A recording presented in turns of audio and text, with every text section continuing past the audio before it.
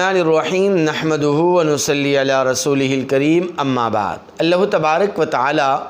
اپنے کلام مقدس میں فرماتے ہیں فاسألوا اہل الذکر ان کنتم لا تعلمون، کہ اگر تمہیں کوئی دینی مسائل معلوم نہ ہوں تو دینی مسائل سے آگاہی کے لیے علماء کے پاس جاؤ، دینی علوم سیکھنے کے لیے علماء کی خدمت میں جاؤ، اہل علم کی خدمت میں جا کر دینی مسائل سیکھو۔ 14واں پارہ سورۃ النحل آیت نمبر 43۔ اللہ تبارک و تعالی نے یہ پیغام آج سے 1450 سال پہلے دیا تھا، اور بہت عرصے سے ہم یہ بات امت کو سمجھا رہے تھے کہ یہ جو مرزا محمد علی انجینئر ہے یہ امت کو گمراہ کر رہا ہے، لوگوں کو گمراہ کر رہا ہے،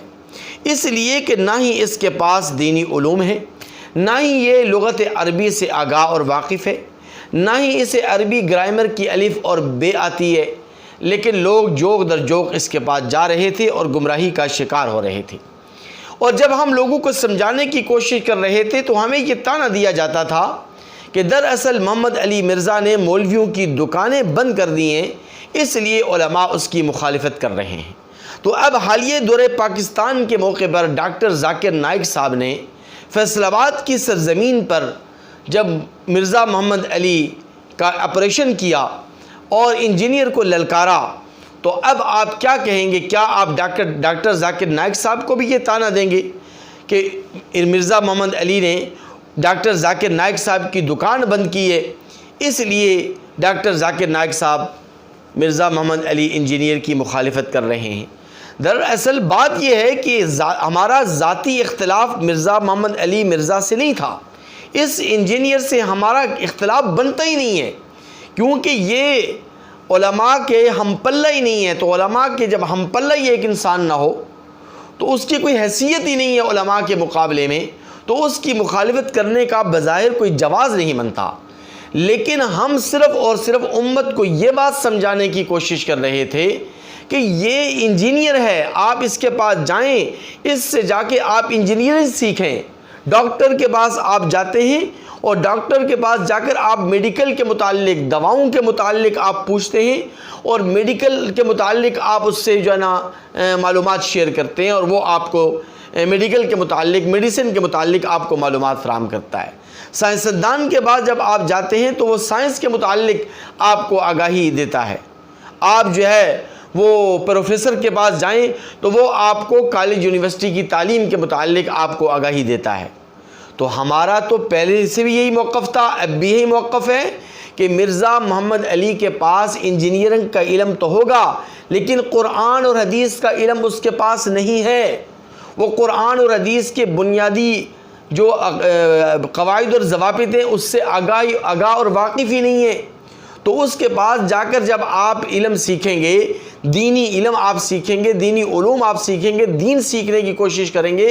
تو وہ خود بھی گمراہ ہے، آپ کو بھی گمراہ کرے گا۔ ذلوا فاضلوا، وہ خود بھی گمراہ ہے، دوسروں کو بھی گمراہ کر رہا ہے۔ اور ڈاکٹر ذاکر نائک صاحب نے بڑے مجمع کے اندر، ہزاروں کے مجمع میں بہت پیاری بات کہی ہے کہ دراصل اس طرح کے لوگ اپنے سامنے 10 آدمی بٹھا کر صرف اور صرف اپنی تقریریں جاڑتے ہیں، دین کی خدمت انہیں خود کرنی نہیں ہے، دین اسلام کی اشاعت انہوں نے کرنی نہیں ہے، دین اسلام کی تبلیغ انہوں نے کرنی نہیں ہے۔ اور جو لوگ دین اسلام کی اشاعت کر رہے ہیں، دین اسلام کی تبلیغ کر رہے ہیں، ان کے راستے میں بھی ایسے لوگ روڑے اٹکاتے ہیں، اور یہ ان کا مشن ہے اور یہی ان کا بنیادی مقصد ہے۔ تو اس لیے میرے پورے پاکستان ہی نہیں، پوری دنیا کے مسلمان نوجوانوں سے پرزور یہ اپیل ہے کہ قرآن مجید فرقان حمید کی اس آیت مبارکہ کی تفسیر پر آپ غور کریں، اور کوئی بھی مفسر ایسا نہیں ہے کہ جس نے فاسألوا اہل الذکر سے مراد علماء نہ لیے ہوں۔ فاسألوا اہل الذکر، اللہ تبارک و تعالی فرماتے ہیں کہ اہل علم سے دینی علوم سیکھو۔ تمام مفسرین اکرام نے یہاں پر اہل ذکر سے علماء مراد لیے ہیں، اہل علم مراد لیے ہیں، کتابی علم حاصل کرنے والے، کتابی علوم جو اللہ تبارک و تعالی کی نازل کردہ جو کتابیں ہیں ان کے علوم رکھنے والے اور ان کے علوم جاننے والے مراد لیے ہیں۔ کوئی بھی مفسر ایسا نہیں کہ جس نے فاسألوا اہل الذکر سے کوئی اور طبقہ مراد لیا ہو سوائے علماء کے اور اہل علم کے۔ اس لیے نوجوانوں،